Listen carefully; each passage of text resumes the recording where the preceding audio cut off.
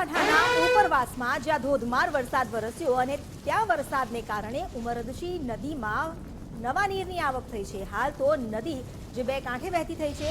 પાલનપુરના વાસણ નજીકથી આ નદી પસાર થાય છે। નદીમાં પાણી આવતા પાલનપુરમાં પાણીના તળ ઊંચા આવ્યા। ઉમરદશી નદીમાં પાણી આવતા ખેડૂતોમાં ખુશી જણાઈ રહી છે।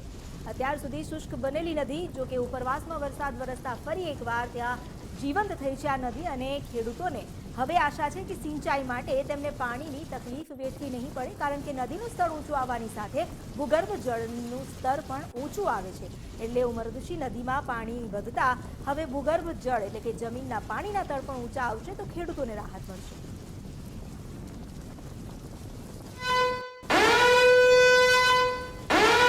બનાસકાંઠાના ડીસામાં ખાબક્યો વરસાદ। સામાન્ય વરસાદમાં જ પાણી ભરાયા। સરકારી કચેરીઓમાં જ વરસાદી પાણી ભરાઈ ગયા।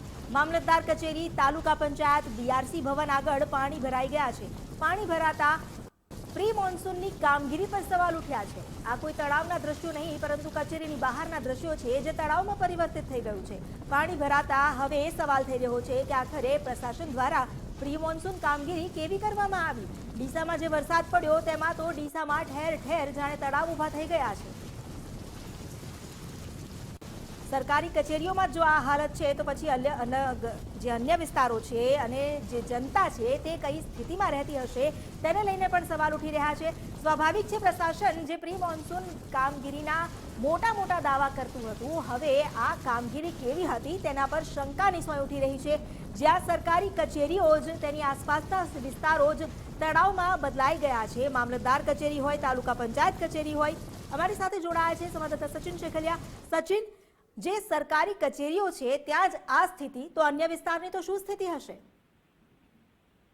અમિતા, ચોક્કસ વાત કરવામાં આવે તો બનાસકાંઠામાં રાત્રિ દરમિયાન ધોધમાર વરસાદ હતો જે વરસ્યો હતો, જેને લઈને અનેક વિસ્તારો હતા જ્યાં વરસાદી પાણી ભરાયા હતા।